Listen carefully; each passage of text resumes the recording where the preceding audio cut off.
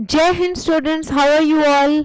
हमारा प्रेपोजिशंस का सेशन चल रहा है। लास्ट हमने 4 सेशंस प्रेपोजिशंस के अपलोड कर दिए हैं। आई होप आप सबने उनको स्टडी करा होगा। और जो स्टूडेंट्स हमें लेट ज्वाइन कर रहे हैं, please go through all the sessions of grammar. अभी हम प्रेपोजिशंस पढ़ा रहे हैं आपको। प्रेपोजिशंस के ऑलरेडी 4 सेट्स हैं जो अपलोड हो चुके हैं। Now see students, today we are going to discuss prepositions again.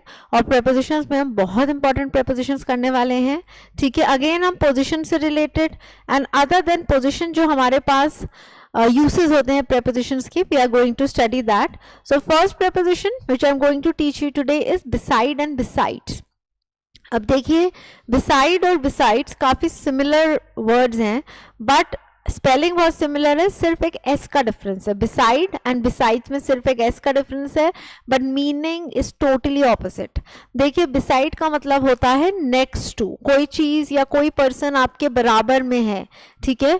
और besides मतलब होता है अलावा, अपार्ट फ्रॉम। जैसे हिंदी में हम कहते हैं ना कि आपके पास एक चीज के अलावा कोई दूसरी चीज भी है, रेड पेन के अलावा ब्लू पेन भी है, that is besides, basically more than that, from या मोर देन। आपका इसमें एडिशन हो रहा है, सब्ट्रैक्शन नहीं हो रहा है। मतलब एक क्वालिटी के अलावा कोई दूसरी क्वालिटी होना, दैट इज बिसाइड्स। और बिसाइड होता है, जैसे हिंदी में हम कहते हैं बराबर में। कोई भी आप मान लीजिए क्लास में बैठे हैं तो एक स्टूडेंट के बराबर में दूसरा स्टूडेंट बैठा होता है, that is beside. Now look at the examples. He sat beside me, मतलब वो मेरे बराबर में बैठा, next to me. Come and sit beside me, ये PYQ क्वेश्चन ही है, फिल इन द ब्लैंक्स में आया था। अब जब ऐसे क्वेश्चंस आप पे आते हैं तो आपको बिसाइड और बाय, ये 2 ऑप्शंस दिए जाते हैं। बाय इसके बाद में नेक्स्ट आपको वही पढ़ाऊंगी। तो आपको ध्यान रखना है, अगर कोई पर्सन आपके बराबर में बैठा है या खड़ा है या 2 लोग साथ साथ बातें करते करते लेट्स से वॉक कर रहे हैं, तो हम बिसाइड यूज करते हैं। और बाय होता है जब आप नॉन लिविंग के नेक्स्ट टू समथिंग प्लेस्ड हो, जब एक चीज दूसरे के बराबर में प्लेस्ड है या आप किसी बिल्डिंग के वॉल के बराबर में हो, तब हम बाय यूज करते हैं। तो जब भी 2 लोग साथ में हैं, बैठे हैं या खड़े हैं या साथ में वॉक करते हुए बातें कर रहे हैं, तो हम बिसाइड का यूज करते हैं। Like he is sitting beside me, no one is sitting beside me. और बिसाइड्स होता है other than. Now look at the sentences. Besides being a doctor, he is also a social worker. मतलब एक doctor होने के अलावा वो एक सोशल वर्कर भी है। मतलब वो डॉक्टर तो है ही, बट डॉक्टर के साथ साथ सोशल वर्कर है। तो अगर आप इसमें ध्यान देंगे, आपकी क्वालिटीज ऐड हो रही हैं, ना कि माइनस।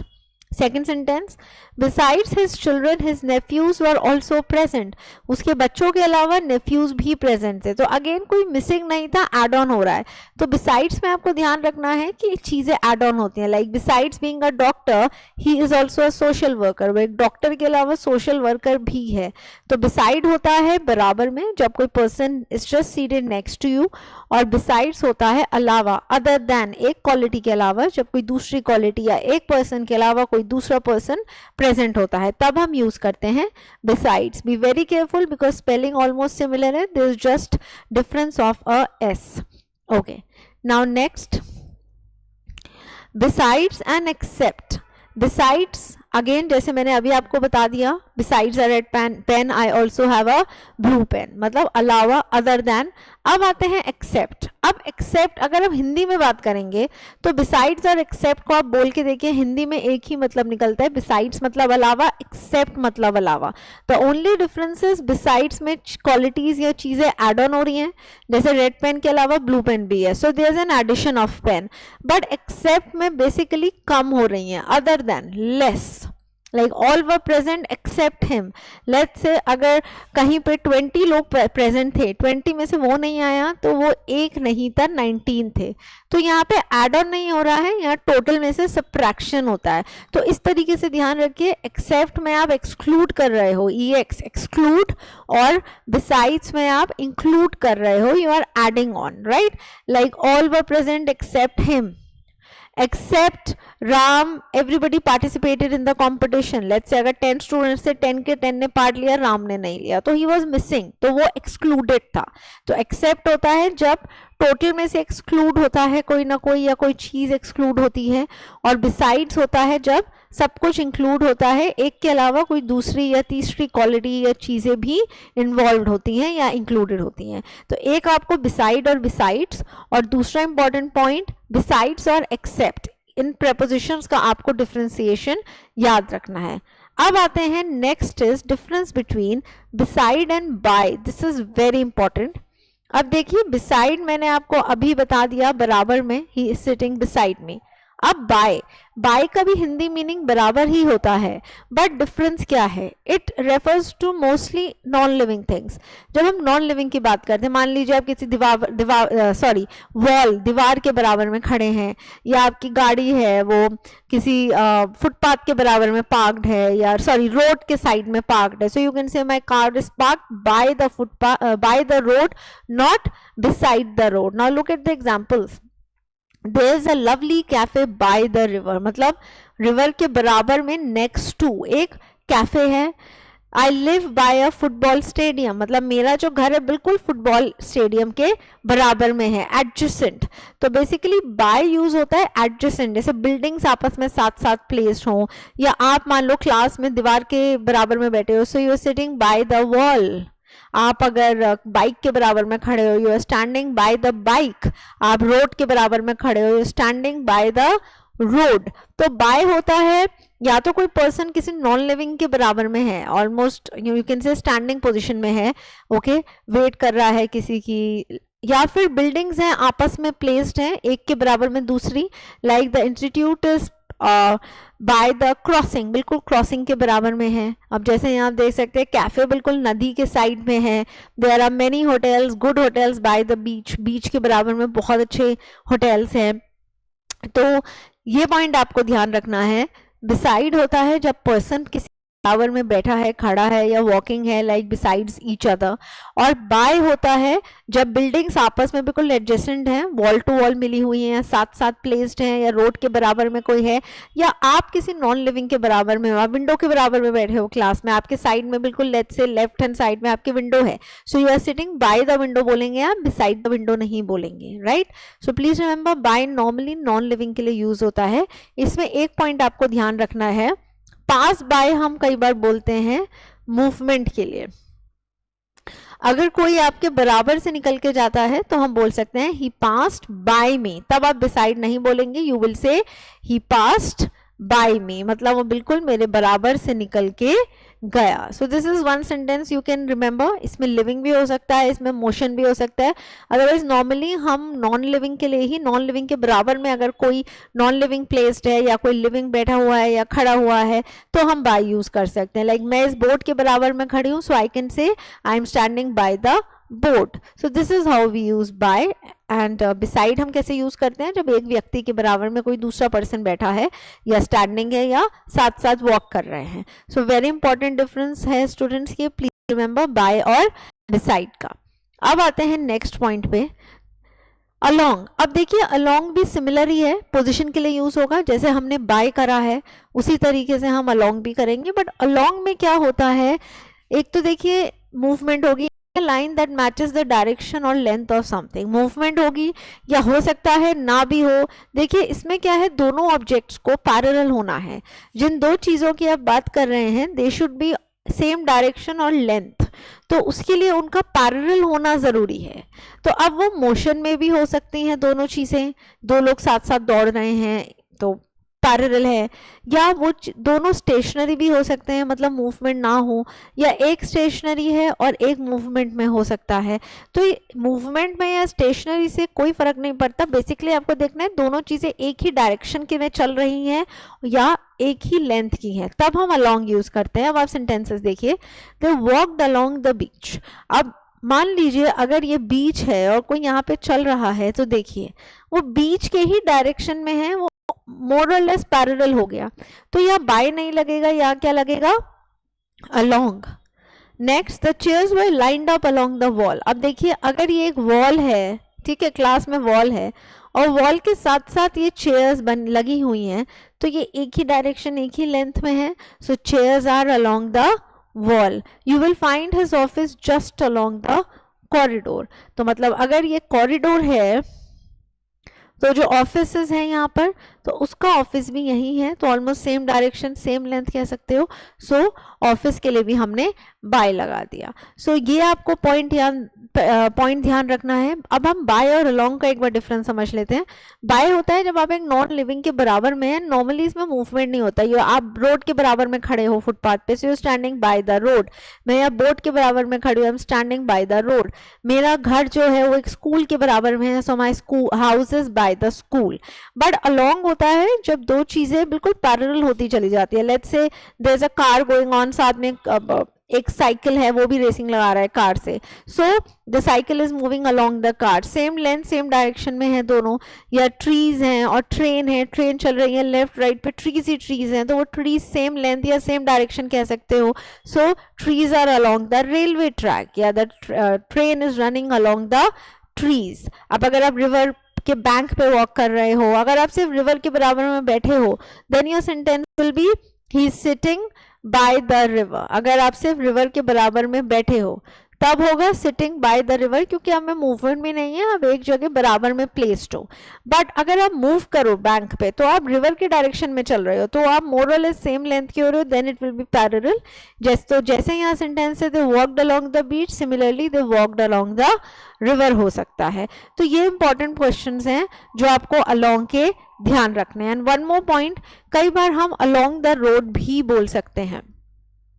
जैसे vehicles are moving on the road बोलते हैं बिकॉज रोड के ऊपर है, but vehicles are moving along the road भी बोल सकते हैं बिकॉज जैसे जैसे रोड है, नॉर्मली हिली एरिया है, अगर आप कहीं भी हिली एरिया में पहाड़ी रास्ते पे जाते हैं तो आप देखेंगे जैसे जैसे कर्वी रोड होती है, जैसे जैसे रोड टर्न करती है, आपको अपना व्हीकल भी अकॉर्डिंगली मूव करना है। सो although the obviously you moving on the road, but आप चल रोड के हिसाब से रहे हो, जिस डायरेक्शन में रोड जा रही है आपका व्हीकल वैसे ही मूव करेगा, टर्न होगा, तो इसलिए हम अलोंग द रोड भी बोल सकते हैं। This is a very important point, ये फिल इन द ब्लैंक्स में आ सकता है। लेट्स से अगर आपको क्वेश्चन आ गया he was driving dash the hilly road, और एक ऑप्शन ऑन का है और अलोंग का, please mark along as the correct and more appropriate answer as compare to on, because वहां पर आप लेंथ और उसके डायरेक्शन के अकॉर्डिंग ही मूव कर रहे हो।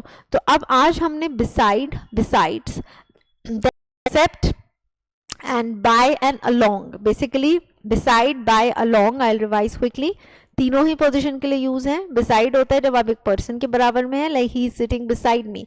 बाय होता है नॉन लिविंग के बराबर में, I am sitting by the wall, I am sitting by the river, my house is by the school, बराबर में है। और अलोंग होता है जब एक लेंथ या एक डायरेक्शन में चीजें मूव कर रही हो, like I am walking by the river, तो रिवर के sorry along the river, I am walking along the river, river के साथ साथ ही सेम डायरेक्शन या लेंथ में मैं मूव कर रही हूँ। The train is running along the trees, या the trees are along the railway track, the road is along the river, जैसे जैसे रिवर है उसके साथ में ही रोड बनी हुई है, दोनों पैरेलल है, सेम डायरेक्शन में चल रही हैं। So basically this is along.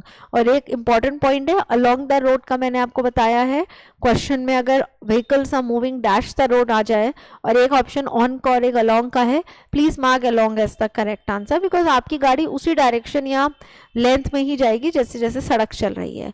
तो आज हमने ये इंपॉर्टेंट पॉइंट्स करे हैं। Now the next important point is across and through. अब जो हम नेक्स्ट इंपॉर्टेंट पॉइंट करने जा रहे हैं that is across and through. देखिए अक्रॉस एंड थ्रू भी को भी हम यूज करते हैं फॉर पोजीशन। ओके, अक्रॉस होता है from one side to other side. अब जैसे हम सड़क पार करते हैं तो क्या कहते हैं, I M crossing the road, verb is cross, तो अक्रॉस प्रेपोजिशन हो गया। अक्रॉस का मतलब भी वो ये एक दूसरे कोने पे, दूसरे साइड पे आप किसी चीज के जा रहे हो। अब जैसे ये रोड है, राइट, अगर आप रोड के इस साइड पर हो और आपका let's say your friend is waiting for you here, road के दूसरी साइड पे, सो this is across, basically this is across, your friend is waiting for you across the road, मतलब आप एक साइड पर हैं और दूसरी साइड पे आपका फ्रेंड वेट कर रहा है। आई swum across the river, this is important, it can come because river को तो ऑब्वियसली आप पार करके दूसरी साइड पे पहुंच सकते हो, ऑब्वियसली सी को पॉसिबल नहीं होता, बट रिवर को आप पार करके पहुंच सकते हो। तो रिवर के लिए आप स्विम अक्रॉस कर सकते हो, इसका मतलब होता है कि आप एक एंड से दूसरे एंड पे रिवर को तैर के पहुंच गए। My friend is waiting for me across the road, this sentence I have just shared with you. तो अक्रॉस होता है जब पोजिशनड होता है, जैसे रोड है एक साइड पे है और दूसरा उसकी ऑपोजिट साइड पर है। ये इवन फॉर प्लेसेस भी यूज हो सकता है, जैसे the institute is across the road, मतलब आप एक साइड खड़े हैं, मान लीजिए आप यहाँ हैं और यहाँ पे कोई इंस्टीट्यूट है, सो ये इंस्टीट्यूट रोड की दूसरी साइड पर है, तो आप बोल सकते हैं the institute is across the road. तो जब कोई भी जगह है उसकी एक साइड हो और उसका ऑपोजिट साइड हो, उसके लिए हम अक्रॉस यूज करते हैं। अब आते हैं थ्रू। थ्रू होता है movement from one end to another. Basically इसमें क्या है, गुजर के जाना। आप किसी जगह से गुजर के जा रहे हो जो एंक्लोज्ड है, सिर्फ एंट्री एग्जिट पॉइंट्स ओपन है। अब जैसे टनल होता है, अब आप ट्रेन में कभी ट्रैवल करा हुआ आपने या आप बाय कार भी गए हो, तो कई जगह हम देखते हैं हमें टनल क्रॉस करना पड़ता है। टनल में क्या होता है, it's enclosed from both the sides, ऊपर से भी बंद है, बट उसका एंट्री एग्जिट पॉइंट ओपन होता है। बेसिकली दैट इज थ्रू, जब आप कहीं से गुजर के जा रहे हो, जैसे pass through. The train pass through the tunnel, तो मतलब एक एंट्री से एंटर करा और एग्जिट से निकली। He went through the woods and desert. अब देखिए woods and desert obviously open है, एंक्लोज नहीं है। वुड्स होता है फॉरेस्ट, बट फॉरेस्ट या डेजर्ट से भी बिकॉज दे आर वास्ट और हमें उनसे गुजर के जाना पड़ता है from one end to another. अगर हमने फॉरेस्ट में एक जगह से एंटर करा, यू डोंट इवन नो कि उसका दूसरा एंड कहाँ है, आप कहाँ से मेन रोड पे पहुंचोगे। Same is with desert. तो वुड्स और डेजर्ट के लिए भी हम थ्रू यूज करते हैं। Tunnel is the best example of through. उसके अलावा कॉरिडोर। अब जैसे कॉरिडोर होता है, स्टूडेंट्स कॉरिडोर से निकल के जाते हैं outside, so through the corridor बोलते हैं। आपके घर में कॉरिडोर है, ठीक है, सो कॉरिडोर को पार करके आप बाहर निकलोगे, ठीक है, तो that is through the corridor. I went through the corridor होगा। थ्रू नॉर्मली फ्रॉम से कंफ्यूज करता है, सो रिमेंबर फ्रॉम होता है सोर्स, जहां से आपने स्टार्ट करा है, और थ्रू होता है किसी पैसेज से गुजर के जाना। पाथवे, पैसेज, टनल हो गया, कॉरिडोर हो गया, डेजर्ट हो गया, वुड्स हो गया, इनको पूरा क्रॉस करके गुजर के जाना, दैट इज थ्रू। तो अक्रॉस क्या होता है, जब कोई भी रोड है या रिवर है, कोई भी ऐसी चीज है या ब्रिज है, उसके आप एक साइड पर हो, दूसरी साइड पे कोई वेट कर रहा है या कोई बिल्डिंग है, कोई चीज प्लेस्ड है, दैट इज अक्रॉस। वो आप पोजिशन बता रहे हो कि आमने सामने दोनों अलग अलग एंड्स पर हैं।